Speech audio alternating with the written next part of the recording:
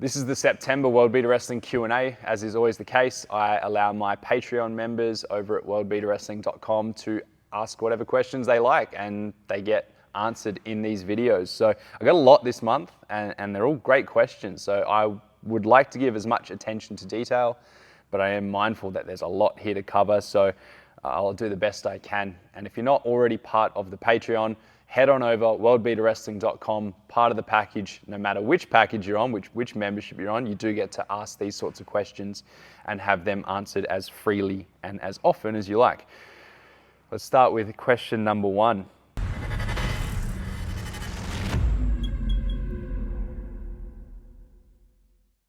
Is it wise to have a submission move in your arsenal? And I've been touching up on this a lot lately because I've been doing some work with my leg attack instructional, which is about to drop probably a couple days after this video.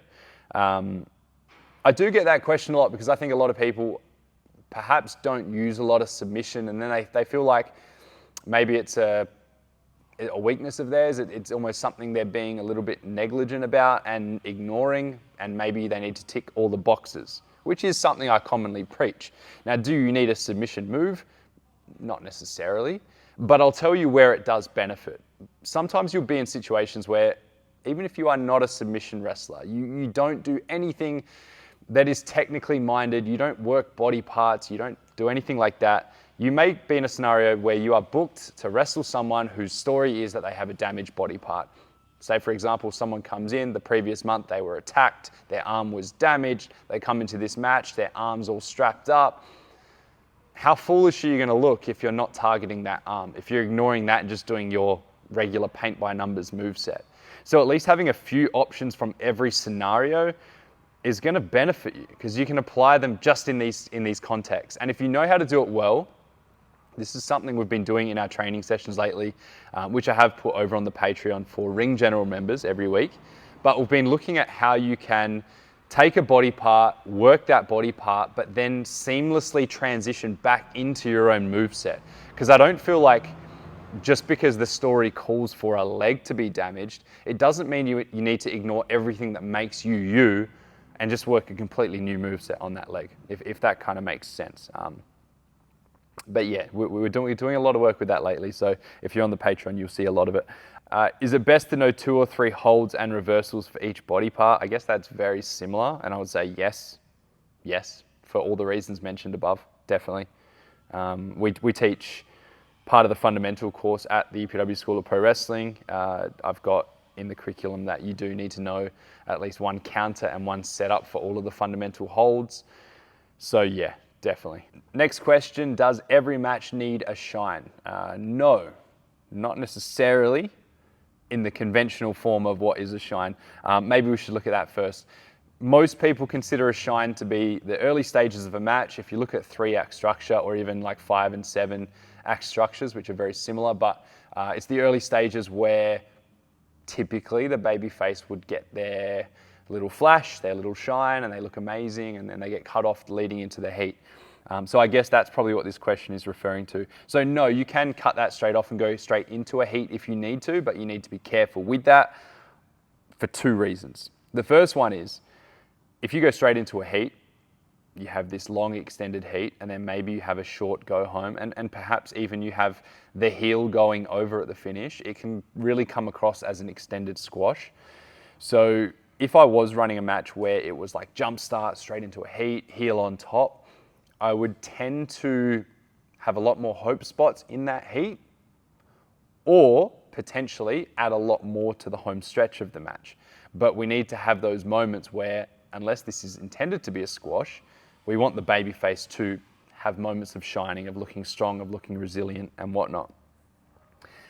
But let's look at what the actual purpose of a shine is. And I believe I covered that in a video which is either out already or about to be released. The shine is not just about the babyface, okay? The shine is about establishing characters, it's about establishing motives, establishing story. So even if you were to bell rings, cut the shine all the way off straight into a heat, we've got other opportunities to tell those things, to show those things. We've got the entrance, when you come through the curtain. We've got the way that you circle around the ring at the start. We've got the promos you could cut before the match even happens, before the day even happens. These are great opportunities to establish who you are. So be careful with it. Just make sure that A, you are establishing who you are and what the story is, and B, it's not coming across as an extended squash unless that's the story you're trying to tell. What's your favorite way to call a match in terms of the in-ring layout, the match before?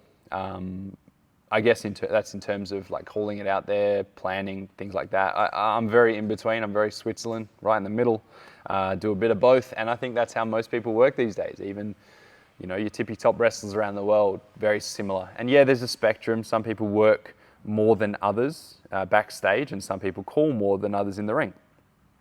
What I like to do in a very general sense is first I like to establish what am I trying to get across in this match. So I'm looking at things like the story of the match, what makes the match unique, where it is on the card, what does the booker want. Once I have those in mind, I can kind of put together, I guess, an overall structure or feeling of the match as well as the finish. I like to work backwards from the finish. Once I've got the finish, obviously everything wants to lead up to that finish. You want to be peaking by the finish, you want to set things up and pay it off down the track. So I work backwards, and I probably put the most planning into that home stretch. From the comeback to the finish, I'd say most everything is planned, just about. The heat is often where I don't plan a lot, if anything at all. I have things that I know I want to do that I like to do commonly, and sometimes I'll communicate those backstage if there's some sort of cooperation needed. So it might be, hey, I might do this, I might do this, I might do this, just so they're aware of it. And if it's someone who's a little less experienced, we can practice it, or at least kind of walk them through the steps of, hey, when I grab you like this, I'm probably going to do this. And if they have any like little hope spots or things that they want to tease maybe in that heat, good place to kind of put it in as a maybe. And then you've got the start of the match, and that really depends on the match itself. Sometimes it could be quite free and just, wrestling, just chain wrestling, going into running spots that you can call out there. And sometimes it might be pretty well planned, and it really just depends on what the match is. So yeah, that's how I like to put it together. I do have an episode on my YouTube that I filmed a few years ago about how to plan matches, and I go way more into detail on how I like to do it, so you might want to check that out. Next question: when given a very limited amount of time for your match, how do you try to still make it special? I'd say no different to how I commonly approach matches, which I kind of just spoke about. I probably focus less on structure and more just on what makes the match unique. So if there was limited time, you probably couldn't put a substantial heat in there. You wouldn't be able to have a lot of false finishes. Maybe your shine would have to be quite brief. And sometimes when it's so short, let's say 3 to 5 minutes, there's probably no point even running that regular 3-act structure. This could actually be a really good opportunity to make it completely different. And then I might think about, the uniqueness. And obviously the length of the match makes it unique, but I'll think about how are we going to stand out on this card? What makes us different? And that's how I'll approach it. I like to work short matches around the theme of having an intention that you establish early, usually the baby face, but it can be the heel, and a heel and an obstacle that the heel might put in there. So a good example of this is we could establish very early that the baby face wants to hit this certain move, and then the heel, rolls out of the ring or counters it or whatever.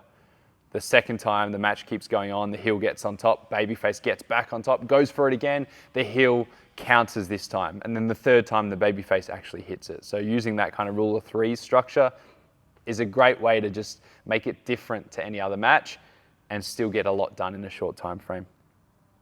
You could also have a sprint, I guess. A sprint is a great way, but really a sprint is kind of like you're just putting everything into Act 3, you're putting everything into the go home, and you're skipping all the shine and heat in a way.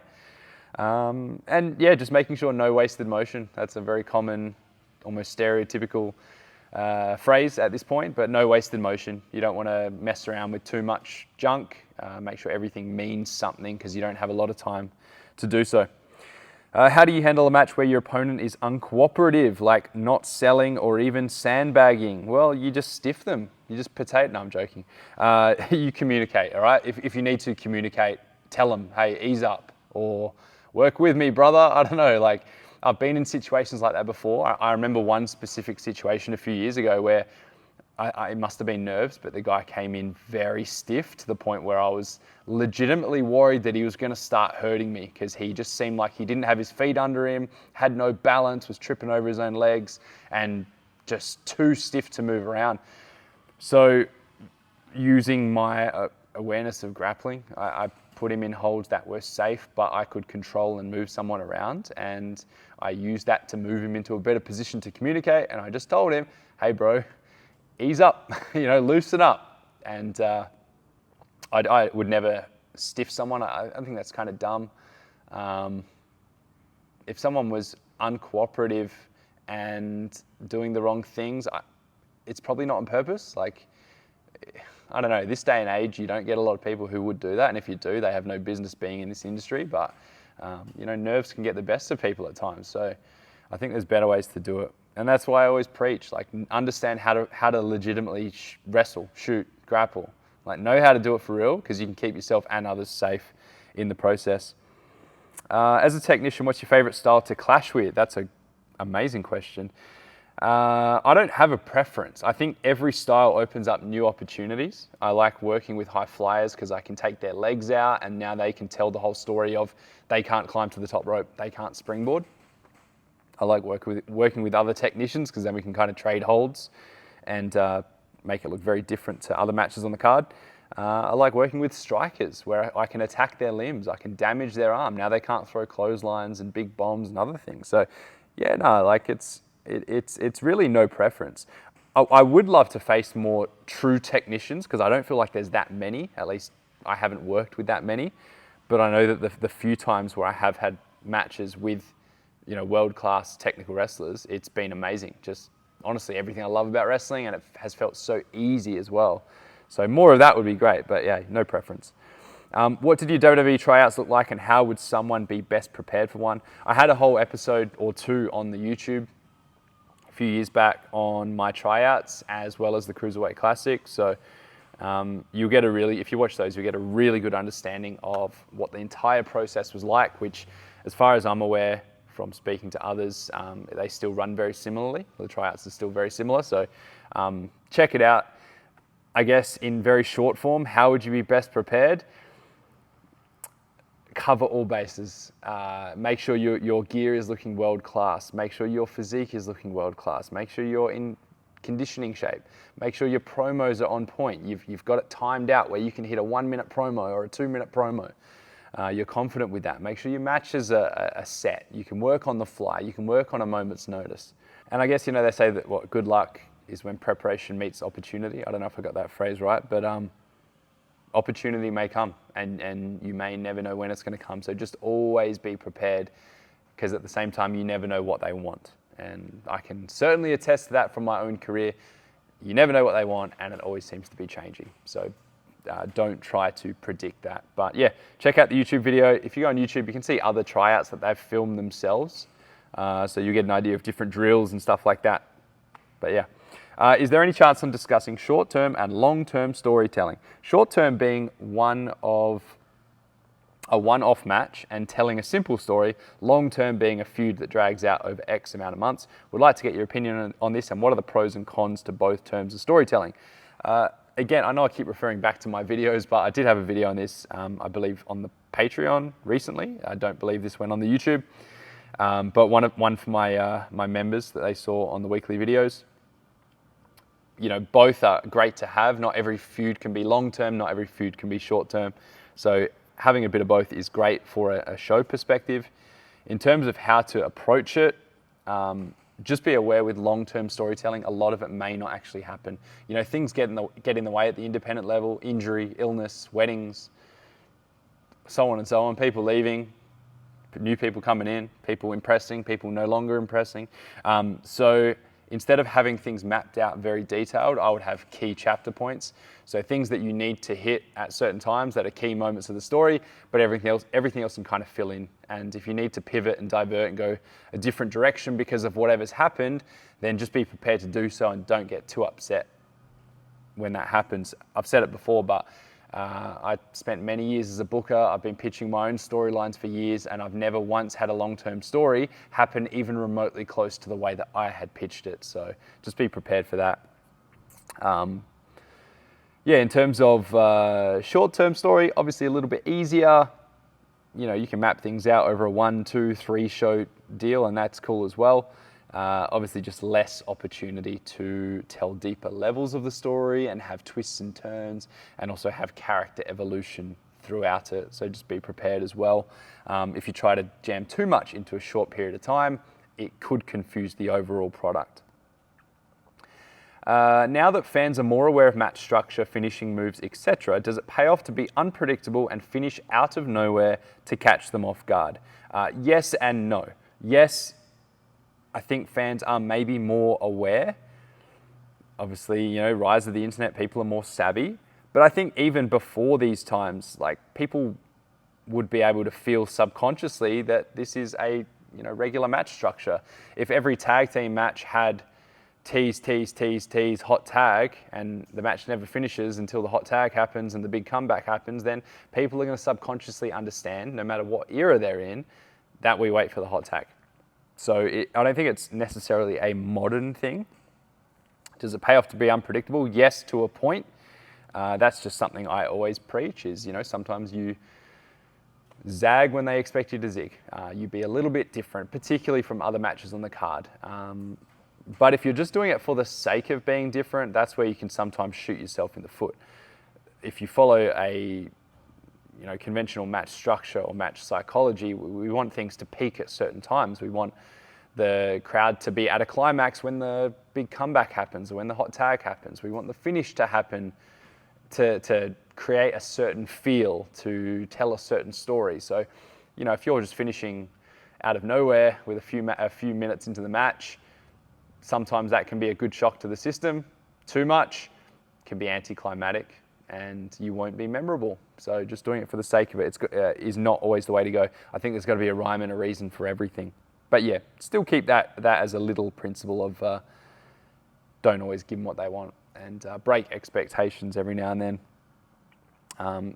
I will come back and say, flash pins, you know, quick roll-ups out of nowhere, if given the right timing, right intent, can often be a really great way to finish, or at least to have a false finish. Next one, should submission holds now look more legitimate with the rise of MMA? This was asked over on the Discord, as was the question above. Yes, absolutely. And I had someone the other day arguing that this is pro wrestling, it's not about being legitimate.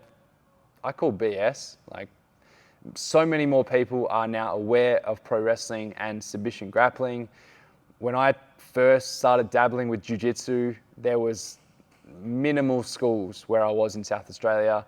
Now you look around, there's coaches everywhere. There's black belts everywhere. It's more popular, more people do it, more people are aware of it. YouTube has helped that massively. So why not make things look more legitimate? I'm not saying that you have to change what you're doing completely and take out the pro wrestling performative aspects of it. You still want it to be performative, but you want to tick both boxes. You want to find that happy medium. If you can do that, you're going to make everyone happy, from the cynical MMA fans sitting at ringside to the pro wrestling fan in the back row who wants to see all of the emotion and action. So yeah, absolutely. And finally, how do you build for a great false finish? I guess I kind of touched up on that in the questions prior, but it's got to come at the right time. You've got to gradually lift the intensity. When we talk about gear changes, where the emotion starts to change, where the pacing starts to change, you can't just go from 0 to 100. At least not often.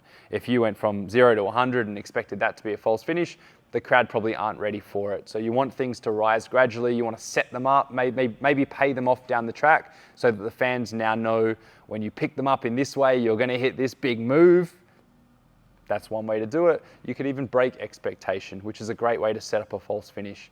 Again, going back to the rule of threes work we've done and we'll continue to do moving forward. I got a great video coming out on that in a few months' time. If you can set things up and build a pattern, but then break that pattern, like, you know, set up a move, hit it a few times, and then the babyface counters that move into a quick roll-up, again, the crowd expected you to go one way, you've zagged into the other way, and you'll get a greater reaction out of that. So that's a really good way to pick up false finishes, to build to great false finishes. Anyway, those are our questions. I think there was 12 in total. So thank you if you sent them through over on the Discord and through the Patreon. I do appreciate it. I hope that was informative for you.